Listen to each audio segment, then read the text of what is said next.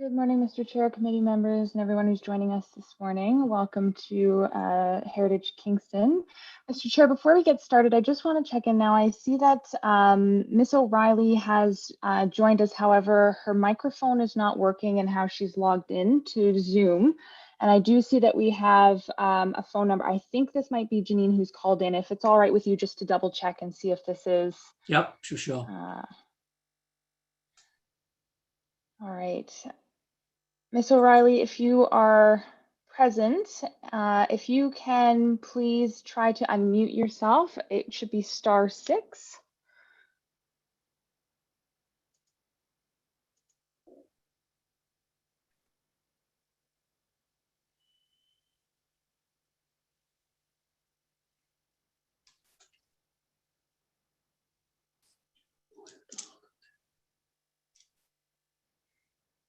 Can you hear us, Ms. O'Reilly? Hi, I can hear you. Okay, excellent. So that is you. Perfect. Thank you very much. We'll put you back on mute and we'll proceed, Mr. Chair.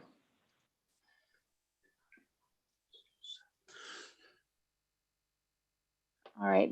Sorry, Mr. Chair. So I will begin just to confirm that we do have quorum this morning. We are currently missing Councillor Doherty, Moya Doonville, Donald Mitchell, and Ted Smith at the moment.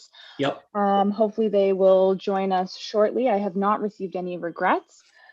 Joining us this morning from staff are Jennifer Campbell, Director of Heritage Services, Alex Rouse-Thompson, Planner, Ryan Leary, Senior Planner, Janet James, Deputy City Clerk, as well as Philip Perel, I did see was also here, Intermediate Planner, and Julia McCarty-Jansman is joining us as our meeting host, and we do currently have 2 property owners on the meeting as well, and there are no public members watching from the gallery at this time.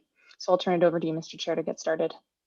Okay, thank you very much, and welcome everybody to July, not a rainy day.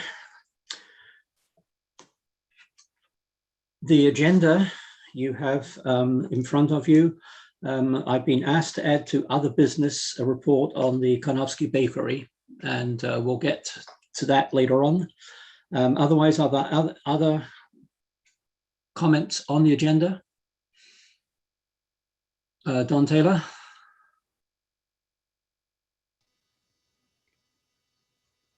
Yes, I wonder if in other business we could have a bit of information on the new Dash website, which has been modified, and so I hope staff can give us a bit of information on that. Also, I would like to make a couple of comments relating to the correspondence from Jennifer Bailey that Shirley Bailey, that I think is important for the committee. So that would be under other business, if we could. Well, that actually will come under correspondence, and it really is just there for us to receive. So we will decide what happens to that when we get there, because Andrea isn't on the meeting yet, is she? But I know she may have some comments there as well. So Karnowski and Dash, and we've got the other one. Okay, thank you. Other suggestions for the agenda? And seeing none, I look for a motion to approve the agenda with those added comments. Thank you, Councillor Oosterhoff, and a seconder. So Jennifer's hand moved first. Thank you. Any further comments on the agenda? If none, then those in favour of approving the agenda. And that is 6. And now I'm going to have to call on Janine each time, yes, for a how she is voting. Janine, are you in favour of the agenda?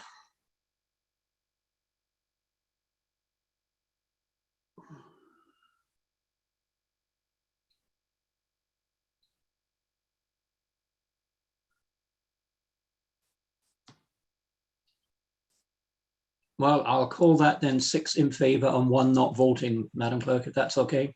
Thank you very much. Confirmation of the minutes of June the 16th. I have heard no changes or corrections or anything to these? Does anybody have anything they want to comment on those minutes? And seeing nothing there, then I look for a mover and a seconder to approve the minutes as printed. Moved by Don Taylor, seconded by Councillor Oosterhoff. Thank you. Any discussion on those?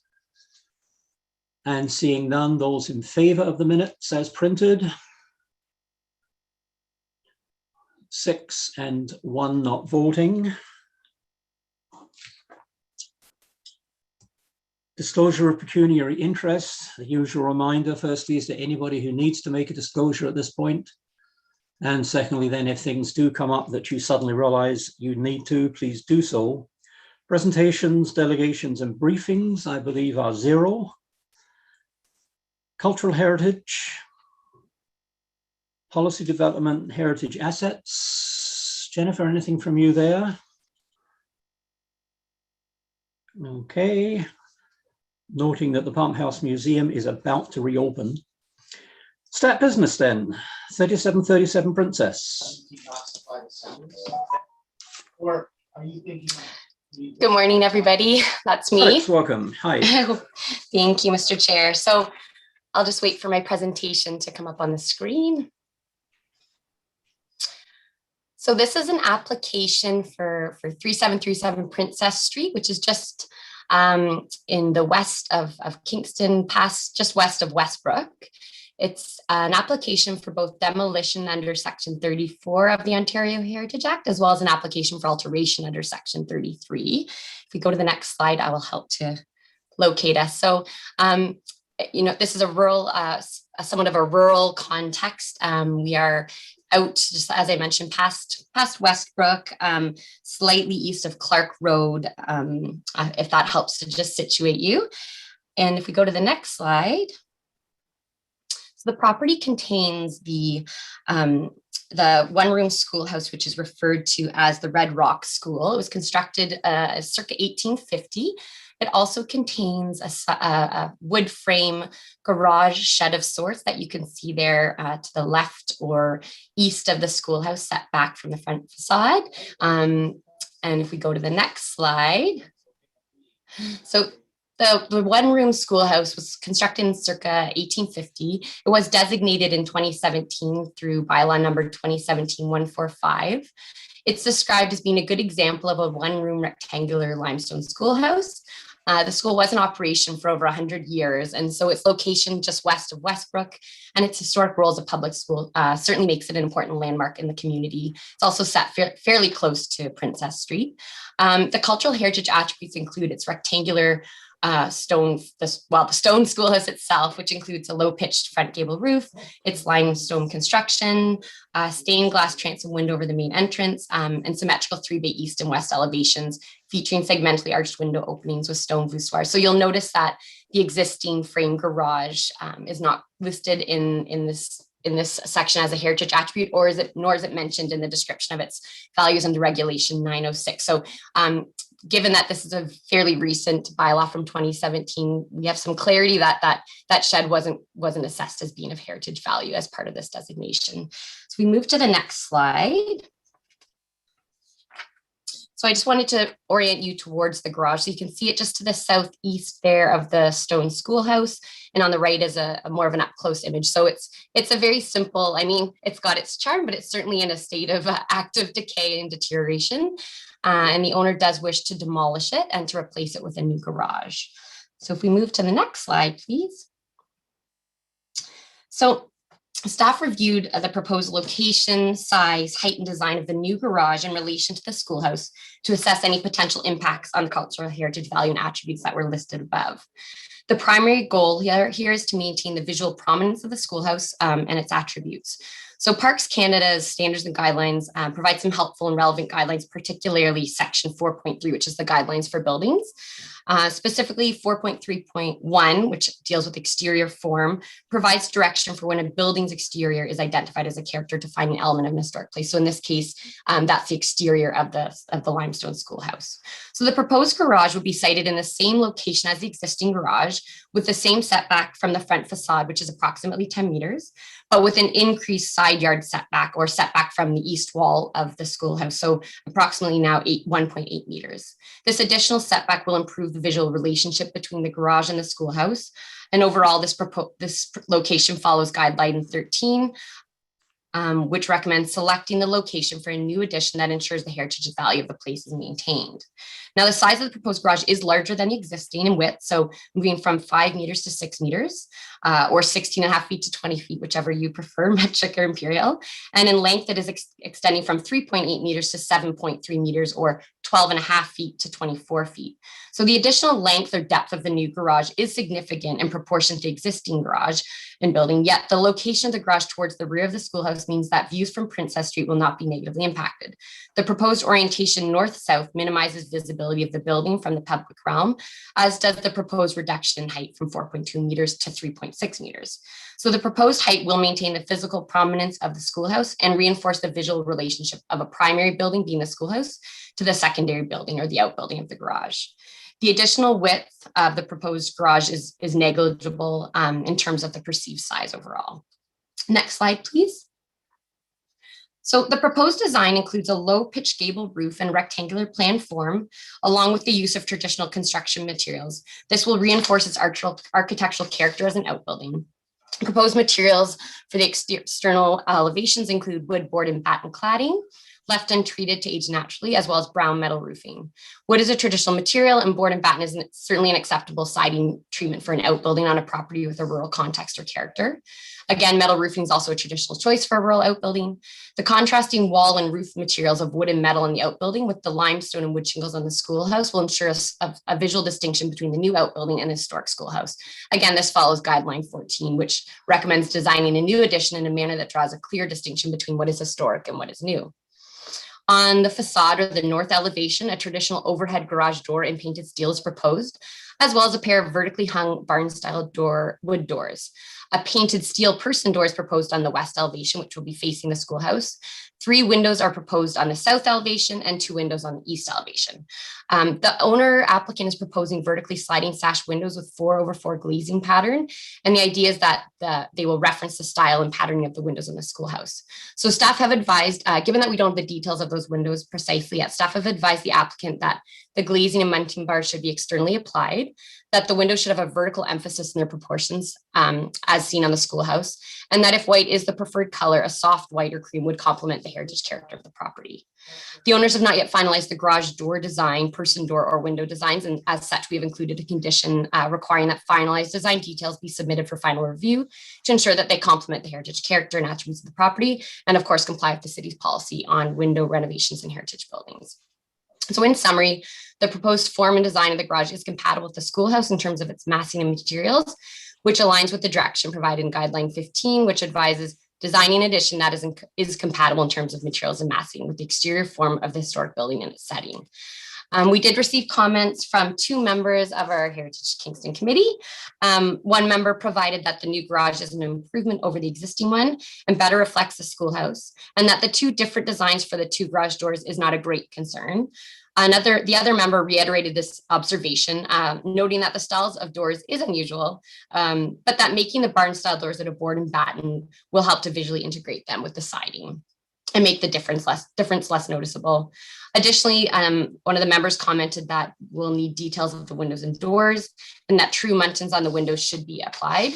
Additionally, that a simple flat panel vertical style steel garage door that gives the appearance of a more vertical than horizontal door would be most compatible with the design of the garage.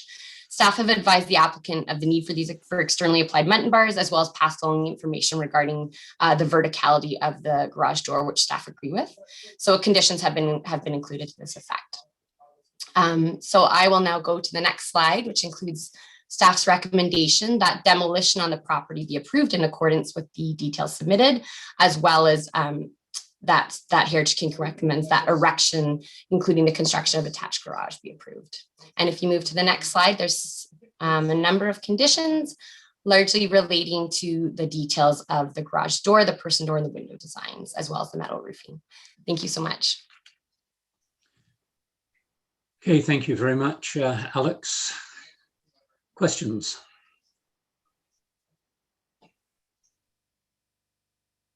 Don Taylor? Yeah. Yes. One thing that struck me in the design is the choice of side gable rather than front gable. And I don't know whether the applicant made that was a specific preference, but usually it's normal for the roof ridge to be parallel to the longest dimension of the property. And that's really more convenient because it means the roof rafters are shorter and easier to satisfy building code. And also a front gable arrangement would be similar to the schoolhouse, and I think it would look quite compatible. So I just wonder whether that was considered or rejected, or still open for suggestions. Through you, Mr. Chair, the owner applicant, Mr. Ron Butler, is, I believe, on the call. Yes. I would just make one point before we move to Mr. Butler, which is I also shared that observation, Dawn. One concern I would have with going with a front gable is, given the size of the garage, I'm not sure if it would make for quite a tall roof in relation to the main building, just given that it's quite a large garage. But perhaps that's worth exploring, and I'm happy to hear Mr. Butler's response. Okay, thank you. I'm also noting that Don Mitchell is now with us. And do I have anybody else? My count isn't right. Okay. Ron Butler, do you want to make comments on that question?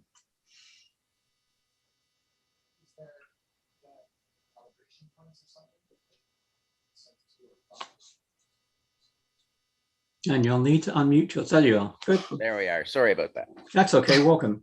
Yes, I had not considered doing the roof the other way, just because of the building that was there, had the roof in the direction it was, and had never given any thought to doing it the other way. Okay, well, and you heard Don's comments that it may help the interior building. Don, do you want to remake those comments just so that we got them? Well, I'm going to make a couple of other comments in a moment when it's on the floor, so I'll just include that among them if you like. Okay.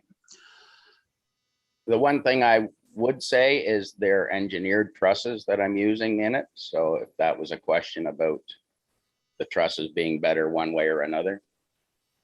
Yes, well, the shorter the better. That's for sure. Okay, other members wishing to ask questions, make comments? Then we'll come back to Don. Seeing none, then Don, do you want to continue? Yes. Well, as I said, I should first apologize for not putting my comments on Dash, but the notice arrives at a busy time, and I'm sorry I just overlooked it. So anyway, suggestion number one was a front gable orientation rather than side gable. I think has several advantages.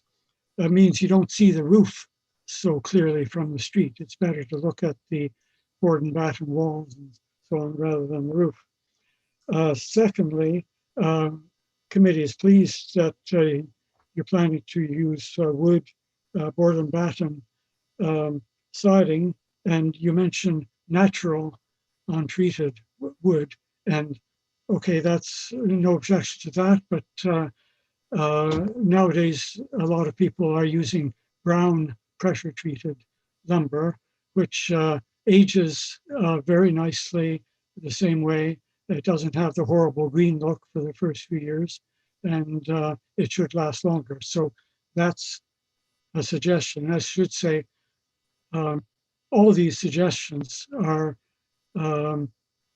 up to the applicant and the staff. I'm quite satisfied with the staff comments, and I'm happy to leave the final details to discussions between staff and applicant.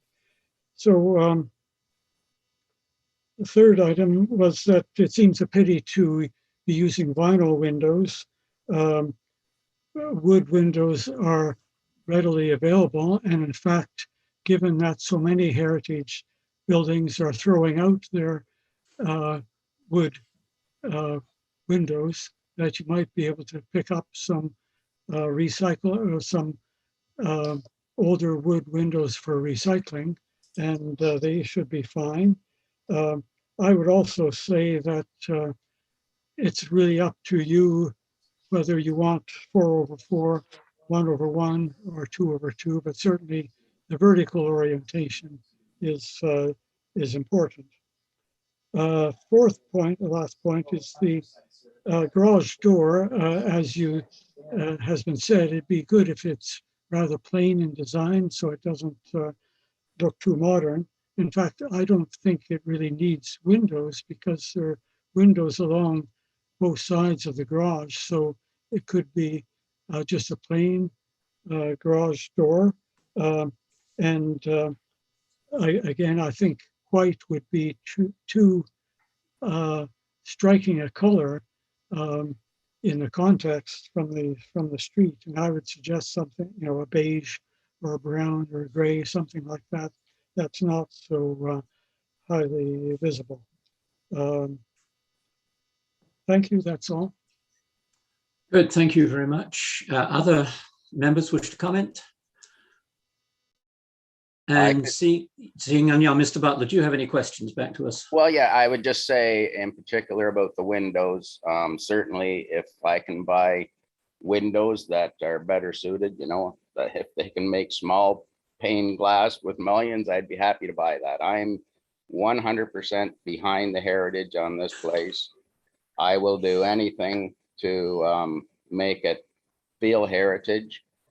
The garage door, certainly, I just have not shopped around. I don't even know what's available. So I understand your feeling on that and would certainly look in that direction, and will, of course, be sending photos or pictures of whatever I need there or whatever I want to try and use, which I will get your recommendation on. So certainly agree with everything. I will consider the gable ends. It just is a completely different idea than what I had originally planned. So that's going to take some consideration, but I certainly will give it consideration.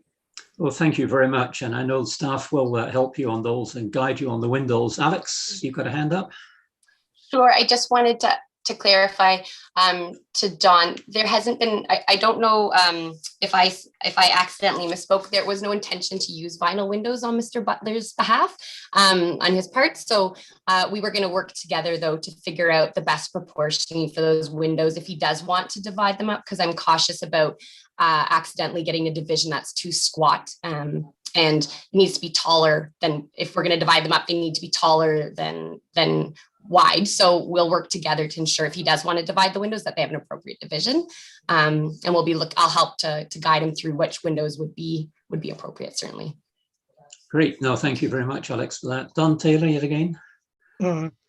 Yes, that's fine. And a further comment is that I recently replaced my garage door with a recycled door from that place out on Highway 2 East that I've forgotten now, but they have hundreds of doors, all sizes, all kinds of paneling, and very low prices.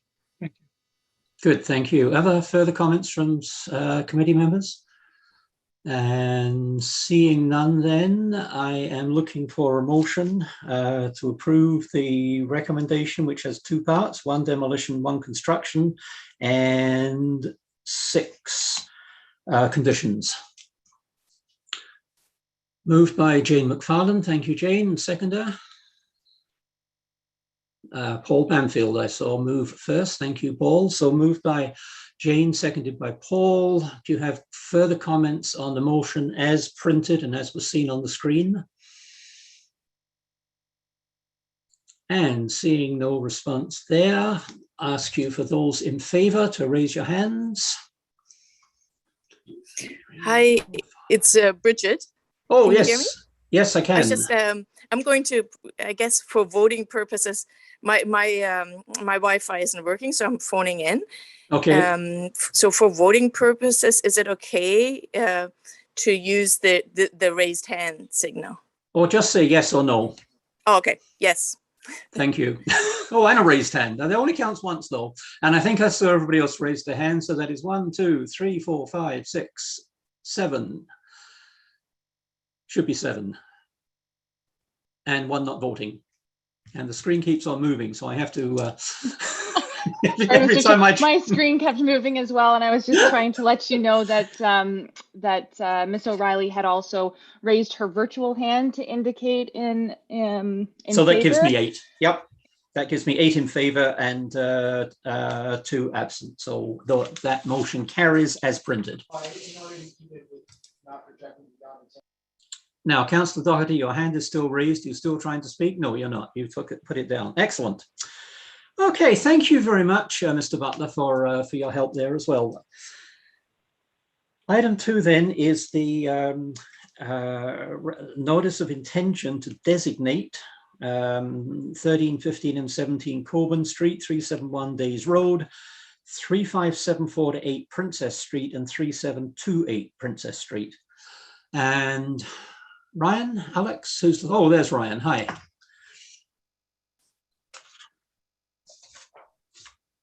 Good morning, Mr. Chair. Good morning, welcome. So this is a report that we haven't seen in a while, and it's kind of exciting to bring some new heritage properties to the committee for consideration. Today we're looking at 6 properties, arguably 4 resources, as one of them is a terrace. And we put together the report to outline these 4 resources and their heritage value, and give you a bit of a taste of the changes that have come through the recent Bill 108, which will now have an impact on how we move forward with these type of processes. So I'll skip to the next slide, please. So I copied this. I'm sure you're thrilled. It's the process map that the province has put together for new designations. And just to step back quickly, you may recall the report we brought a few months ago regarding the More Homes, More Choice Act 2019. It received royal assent in June of 2019. It was a 90-page bill known as Bill 108, and it made changes to 13 separate acts, including the Ontario Heritage Act. The amendments to the Heritage Act, including the introduction of a new General Regulations 385/21, came into effect on Canada Day this year, so July 1st, 2021. With respect to the proposed designations that we're looking at today, the pertinent changes enacted through that bill are the prescribed information that's now required in the Notice of Intention and the designation bylaws, and the changes to the appeal rights, the new appeal rights. For the most part, the required content for both the notice and the bylaw is essentially a reaffirmation of the content that staff currently put into designation bylaws and notices. This was actually confirmed by a question that was raised at one of our training sessions. I believe Mr. Chair was in attendance at. Yeah.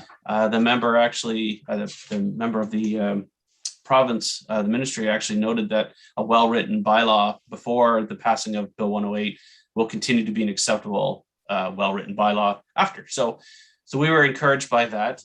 We have included a little additional detail for the description of the property and a little more explicit references to criteria that for determining the cultural heritage value and interest of the property, which is OREG 906, which hasn't changed. So you'll notice that in the appendices that have the draft designations on them, they're a little more explicit, but for the most part, they're very similar to what we typically do. So in terms of the appeal process, I did speak to this a little bit. I think it was January that we brought the report. But just to reiterate, and in case you don't feel like following this spreadsheet, this flowchart, it's a 2-tier appeal process now. The notice of intention, for any notice of intention that's served after Canada Day. So that includes this one. Of course, the timing and serving of the notice of intention to designate remains unchanged. So the process is to consult with Heritage Kingston. Once your motion is passed to council, council can choose to serve the notice of intention to designate on the property under section 29 of the Act. on the property owner and the trust, and we publish it in the newspaper. And that gives a 30-day objection period to anyone who wishes to object. They are to provide a notice of objection to the city clerk. So that's the current process. Now, with the new Bill 108, the process is altered from that point on. So those type of objections that are served on the clerk are then now required to be considered by council before the bylaw is passed. So council has 90 days to decide if it wishes to proceed with the designation or not. And its decision, if there's an objection, the decision is required to be served on the owner and published again in the newspaper in the form of either a notice of passing if they're proceeding, or a notice of withdrawal if they decide to hold off. The public is, after that is served, the public is then afforded a second opportunity to appeal. And this appeal is to go to what is called the Ontario Land Tribunal. It's a consolidated body, including the former Local Planning Appeal Tribunal and the Conservation Review Board, which has now been amalgamated into this new body called the Ontario Land Tribunal. So within 30 days of the notice of passing, anyone can object, issue an appeal, and that is then turned over to this tribunal, who will review the appeal, hold a hearing, and render a binding decision on the fate and content of the designation. So that's new. And we have drafted the bylaw and the notice to meet the requirements. So getting, next slide, please. So getting into the properties that we're looking at today. These have all originated from what was called the Cultural Heritage Property Evaluation and Conservation Project of 2015-2016. The background was researched by the Archaeological Research Associates, a consulting firm that we retained. And the properties were evaluated against Ontario Regulation 906, which looks at the physical design and historical associative value and contextual value of the resource to determine if they have heritage value. So the first one is being called the Lower Colborne Street Victorian Terrace. It's at 13, 15, and 17 Colborne Street, 3 separate properties located in the St. Lawrence Ward Heritage Character Area in the official plan. The building has an architectural and design value as a Victorian era terrace. It was built around 1886. The Victorian era architecture is exemplified by the 2.5-story red brick structure with projecting bays on each unit, featuring pairs of segmentally arched windows on each story, topped with a gable. This terrace also has contextual value in the way it's striking architecture and detail character of the streetscape. Next slide, please.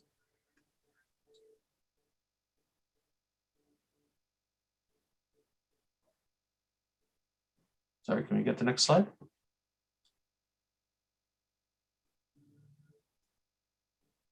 Oh, skip one. The next one is the Crystal Springs Schoolhouse. I apologize, the picture's a few years old. We tried to get one that you can see the whole front. It's got a lot of foliage along front. So the Crystal Springs Schoolhouse is on Days Road, 321 Days Road. It's in the Henderson neighborhood and overlooking the Collins Bay Penitentiary farmlands to the east. It was once a one-room schoolhouse, now a dwelling, and it's currently surrounded by a modern era subdivision and residential development. The schoolhouse is unusual in that it's a 2-story Ontario schoolhouse with teachers' quarters on the upper story. The list of attributes includes the simple 2-story limestone building with gabled roof, built in 1869. The former school, known as SS number 2, historically served as the center of education for the small surrounding community for over 80 years. And the name comes from a spring that is in the fields to the east of the property. So next slide, please. This is the Sproul's Inn. It is at 3574 to 3578 Princess Street in Westbrook. It has cultural heritage value as a representative example of an early 19th century Georgian-influenced Ontario vernacular limestone building, both as a dwelling and a commercial inn. It's also a good example of a bank house, which is a house built into a hill. And the attributes include the 2-story stone dwelling with gabled roof, regular fenestration pattern. The Sproul Inn has historical association with the Metzler family who built the house in the early 1840s and who, along with subsequent owners, the Sprouls, the Benjamins, and the Ashleys, operated an inn on the property until 1892. With the limestone construction, the property is important to maintaining the historic integrity of the streetscape and the former rural village of Westbrook. So next slide, please. The final resource is the Gardiner-Hegadorn farmhouse. It's also on the west edge of Westbrook at 3728 Princess. It's a good example of a mid-19th century Ontario vernacular frame farmhouse. The 1.5 story frame farmhouse with gabled roof, wide eaves, central entrance, and regular fenestration pattern exemplify the typical vernacular construction style of frame dwellings of that era. The Gardiner-Hegadorn house is associated with the Gardiner family, who built the house and farmed the land for 3 generations, and the Hegadorn family, who purchased the property in the mid-20th century and continues to own it today. And the property is important in maintaining the historic character of the rural village and this streetscape, which is a bit of a transition from the village to the rural countryside.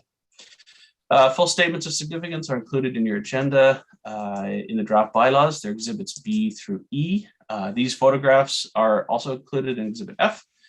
The Heritage Properties Working Group reviewed the draft bylaws and consultant reports some time ago, I'm afraid, but they haven't changed much, and supports the designation of the properties as of those of heritage value.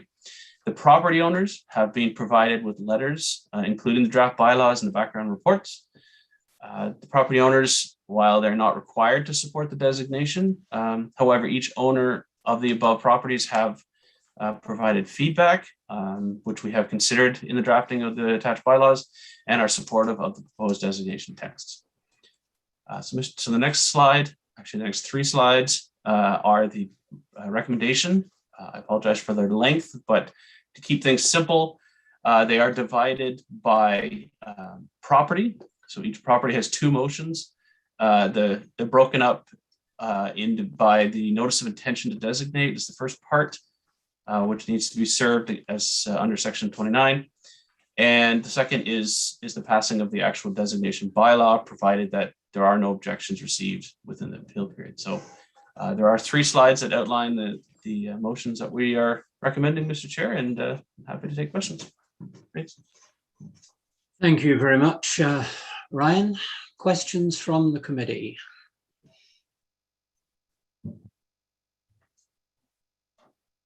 And that will include Councillor Doherty and Janine, if you need to call in. Or questions from, we don't have members of the public, I don't think, unless anybody has joined us, but anybody with questions? Oh, what a lovely group you are today. Excuse me there. I don't know if it's appropriate or not. I'm the property designated the property owner for 3728 Princess Street. Is this the appropriate time to speak? With not having any questions from anywhere else, yes, please do. Yeah, I just wanted, I'm just involved here, just watching and stuff. So I just wanted to note publicly a big thanks to Ryan and his team for working with us. They've been very collaborative and working well with us throughout this process. So I appreciate that, and the committee members. My only other question was just at the end of this, if there's I don't know what the typical process is, but if there's a vote tracking or kind of summary at the end, that be sent to us as property owners, just so for our files and notification. Okay, thank you for that, and thank you very much for those kind words as well. I think probably most of the committee would agree with them as well. Ryan, if you've got that as a note, then thank you very much. Further questions, comments? I'm not going to read through the motion then. It's basically lists the 4 properties and recommends the process to be taken. Elizabeth? Thank you, Mr. Chair. Perhaps if Mr. Leary could just respond to Mr. Stachel's questions on the record, just in case there could be any other property owners that may watch it at another time, they could have the answer at this time as well. Okay, Ryan, can you put it in words? Thank you, Mr. Chair and Madam Clerk. Yeah, through you, Mr. Chair, I thank you for the compliment, Mr. Stachel. We certainly have conversed back and forth, and I think everyone is happy with the draft bylaw that we came up with, and I hope the committee is. The process now will be to pass the motion on to council. Council will then decide if they wish to proceed with this, and if so, there will be a formal letter going to the owner as well as their formal notice of intention to designate. And we will certainly be in touch if we have any questions, and I'll certainly be reaching out to follow up with the owners. So definitely more to come. Good, thank you very much. So for the record then, the recommendations that Heritage Kingston recommends to council, the intention to designate 13, 15, 17 Colborne Street, 371 Days Road, 3574 to 3578 Princess Street, and 3728 Princess Street. And I won't read through all of the details which were shown on the screen earlier. Any last questions, comments? Seeing none, then those in favor of approving that motion, please put your hands up. 1, 2, 3, 4, 5, 6, 7, 8, and 2 absent. So that carries, and we'll go Sorry, on Mr. to Chair, council. I didn't get a first and a seconder for that motion. I'm If we sorry. could, yeah, Maybe if we could just go back and redo the vote. Sorry, one can more we go time. back? And I'm sorry, I thought we'd done that before we got into the discussion. Looking for a mover and a seconder for that then, for the record. Jennifer and Don Taylor. Jennifer moving, Don Taylor seconding. My apologies for that. I presume that won't change anybody's vote. So unless you're going to shout at present, it's going to be 8-4-0 against and 2 Sorry, absent. Mr. Chair, I'm sorry. You do I'm want a us stickler to for the raise our rules. hands again. If you could please call the vote one last time, thank you. We'll call the vote again then, now that it's officially moved and seconded. My apologies for skipping through that one. 1, 2, 3, 4, 5, 6, 7, 8, 9, 4, 8, 9. Yes, and I see Ms. O'Reilly and Councillor Doherty do have their Yes, hands raised yeah. in favor. Good, thank you very much. And thank you, Ryan. I know that's a long, long job doing that and getting all those written up and for presenting such. Working groups, I don't see any minutes from the working groups. Is that correct? Okay, emergency approvals. 241 Johnson. Want to comment on that, Ryan, or Alex, or whomever? I can quickly comment, Mr. Chair. It was a sort of an urgent structural matter on a porch, roof balcony part of the upper porch that was in kind of questionable state. So they've repaired it. You won't even notice it. It was given a while ago. That means everybody will go around and check when you see things. Good. Thank you for keeping us up to date on that. I don't believe we have any motions, any notices of motion. Okay. Other business, the Karnofsky Bakery. Andrea, are you able to do an update on that?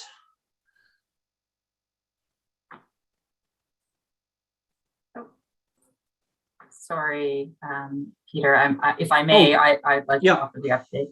Sure. Sorry. Just having a moment here, get my screen oriented. So the update, unfortunately, is probably going to be quite brief. At this time, what we can share is that legal services is in discussion with the building owner to ensure that any of the redevelopment proposals and the work is compliant with the terms of the heritage easement agreement. And we would be able to offer further updates at a future date when we get a conclusion of that discussion with legal services. Okay, because that is continuing at a considerable speed at present, I believe. That's correct. There is action underway and is in discussion actively. Okay, thank you. Any questions on Jennifer's comment there? Don Taylor?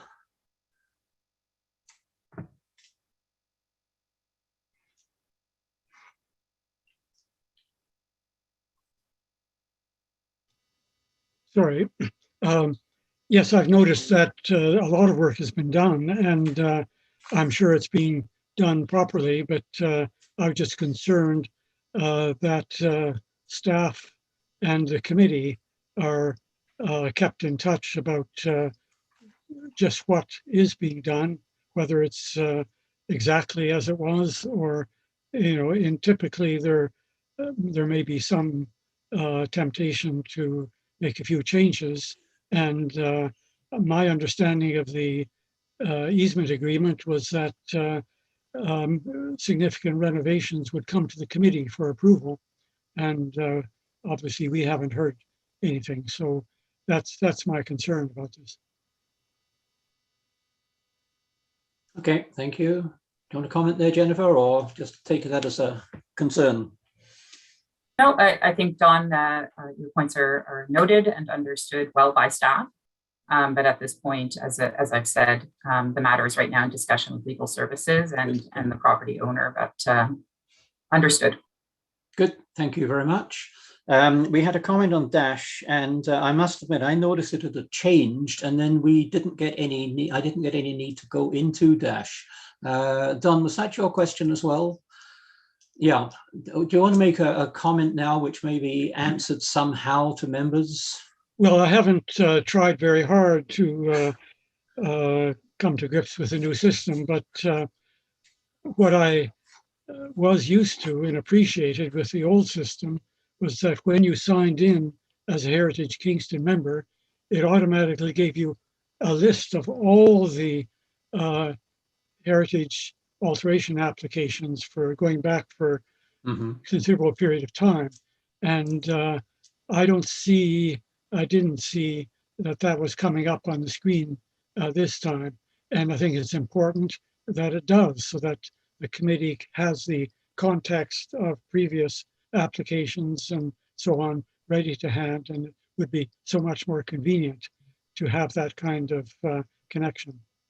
Okay, no, thank you for mentioning that. And I think of other members as we get back to, as we haven't used Dash for a bit, and I don't know when we'll next be asked to, but to keep a watch and see what changes may have been made, which make it more difficult for you to get to where you want to. Andrea?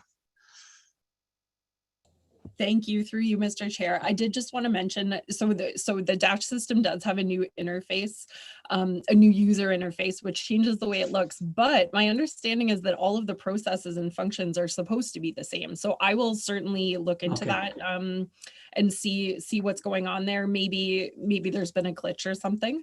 But also more broadly, I just wanted to let all of the committee members know, please do feel free to reach out if you're having issues with Dash. We use it likely a little more than you do, so we can often help, but certainly we know the people who can help us. so please don't hesitate to reach out if we can help. Thanks. Okay, thank you very much for that. So there's your call, members. If you run into problems with Dash, let us know. Correspondence, the Ontario Heritage Trust newsletter is included, and also the letter from Shirley Bailey concerning the motion that we passed last meeting on 1403 Highway 15.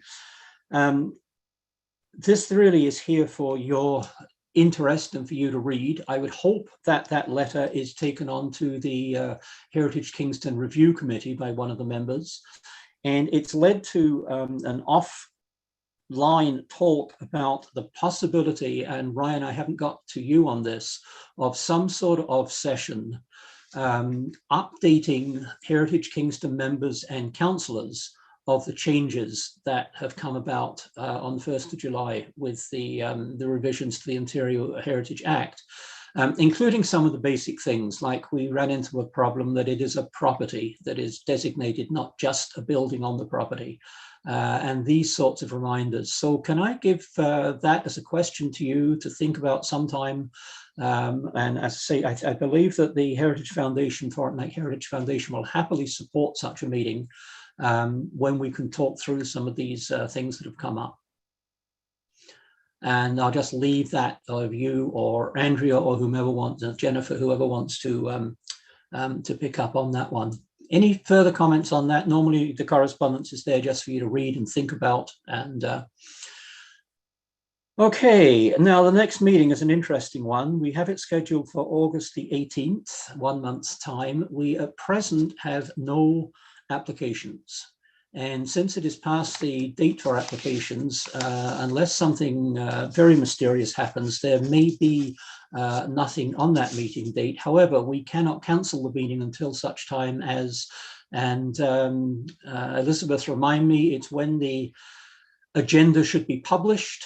Is that right? That's right, Mr. Chair, through you. I will notify the committee should there be no business on the week before the meeting would be held. I Okay. will be communicating that not only with the committee, but on the city's website as well for members of the public to Okay. know. So it looks at present as though we probably won't be meeting on August the 18th, but you never know what happens. So unless I've forgotten anything, not seeing anybody waving or doing anything at all, I look for a motion to adjourn. Councillor Oosterhoff, Don Mitchell, all in favour? Yes, they're all there. Good. Thank you all very much. Enjoy the rest of your summer. Take care.